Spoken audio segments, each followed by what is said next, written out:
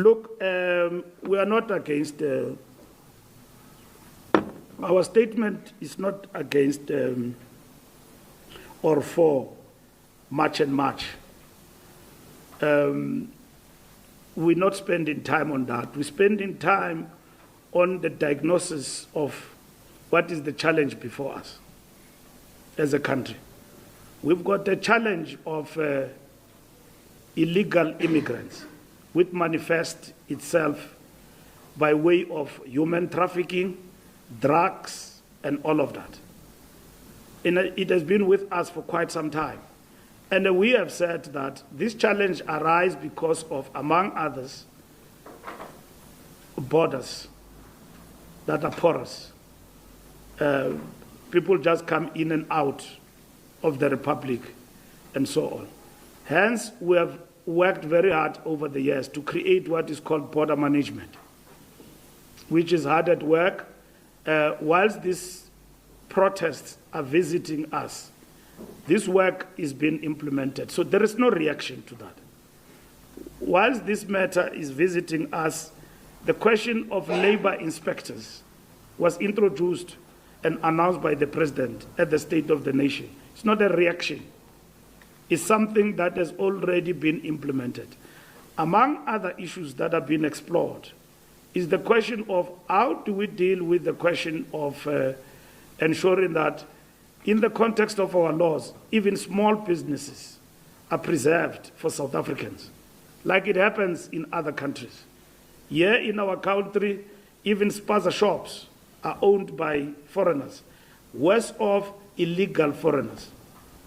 You go to the rural areas of our country, in the countryside, you get there, it is written Mukwena. Then the person who comes out there is from another country, maybe Bangladesh and so on. Hey, Mukwena, oh, where does he come from? And so on. But worse off, they are undocumented. They run businesses. They killed all businesses in the local economy. I come from Botshabelo, the dusty street of Botshabelo. That area flourished with supermarkets, small businesses. When I go to the township now in Botshabelo, all those businesses are owned by foreigners, undocumented, illegal. And when I ask what happened to Ntates Banbane and all of that who was owning this business, he went under. These people, their modus operandi, including their flourishing businesses and how they displayed small businesses in the township, it's a security story that we've been dealing with for years. The wholesale capacity that they've got is unmatched.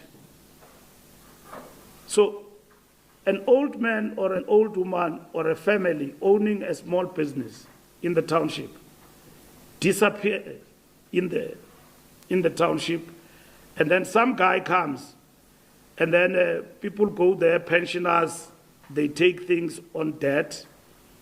The business is not going under, it's flourishing. And we even found in the process that they are selling fake things. We found these stories in Skukuni, in Limpopo, where people were being sold fake things, poison, expired goods, and all of that. That is the reality that has faced us. So the role of government and the state is to tighten the laws to protect its citizenry without degenerating to a point where there are protests that are exploited by people with nefarious intentions. We are not focused on March and March. We are just putting policy before South Africans to say the state, the democratic state, must intervene and at the same time in terms of laws, but at the same time in terms of protecting the citizenry.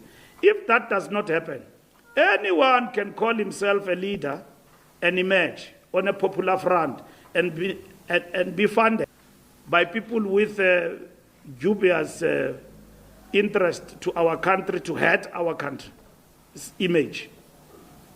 It's not good for South Africa to be projected in the international landscape as a xenophobic people. You will know, most of you who travel abroad, people love this country. Yes, we've got problems, but we don't want to compare with others. The question of illegal immigration is global. Donald Trump has gone to the House, and they gave him billions of rands to execute what is called ICE. People have been chased up and down, arrested in America, and all of that, and been victimized, and so on. We don't want to degenerate to that level. We want money and laws that protect us. And we illustrate in our statement what are those laws that we need to implement. We are not concerned about much and much. They are raising an important issue that is in the public domain that is well known to all of us. I was a minister of police. If I were to take a practical an example, we were working here around the city center. Herman Mashaba was a mayor for a few days before the DA ejected him. We went here, buildings are full of people who are undocumented here. So if you were to walk in the streets here and somebody pickpocket you, and we chase that person and get into that building, we will never know who did this crime. They are undocumented, unregistered, and it's a national security threat. So government must not allow this anarchy in our country to engulf us as though we don't have a state. We must put down the state, not boots and all of that, but through the laws, and they must be enforced. Now, all the other issues, we will be able to deal with them because we cannot afford our country to be characterized as a country that hates Africans, and that is xenophobic. Just by looking at Samkelo in his color and being very black, then you decide that, no, Lomfo, I uvela. You know, there is a stage in this country where police were going in the streets and look at people. Do you remember that? When there was what is that place of Home Affairs? Lindela, where people were taken in Lindela by buses, and then they look at your face. If you can't speak properly, you speak Venda or you speak Tsonga, they take you to Lindela. Hey man, I'm from Venda, and so on and all of that. And just the tribalistic thing. And hurting ourselves in the process. People are protesting. Uvumuntu to protest. Aswafuna Mashangan. Changans are part of us. These are our people. What have Shangans done to us? In this protest, you hear people say, hey, Aswafuna Mashangan. Now you want us to keep quiet in the name that we are protesting. No, that can't be right. We can't allow infested tribalism that undermines our unity to basically escalate in our country like that. Yes, people have got the right to protest. Government, in terms of its responsibility, must cushion its citizens and all of that. I see the president of Rwanda the other day said that, I don't understand, he mentioned countries, what do they want here because there's no war there. In Rwanda, said by the head of state. And then I've seen Ghana, I've been to Ghana. I've seen small businesses being closed down, particularly from Nigerians because they are just from next door, you know. And then they close them down and they say that, no, small businesses here in Ghana are for Ghanaians and so on. So we must never allow ourselves to be characterized as xenophobic by failure to enforce our laws.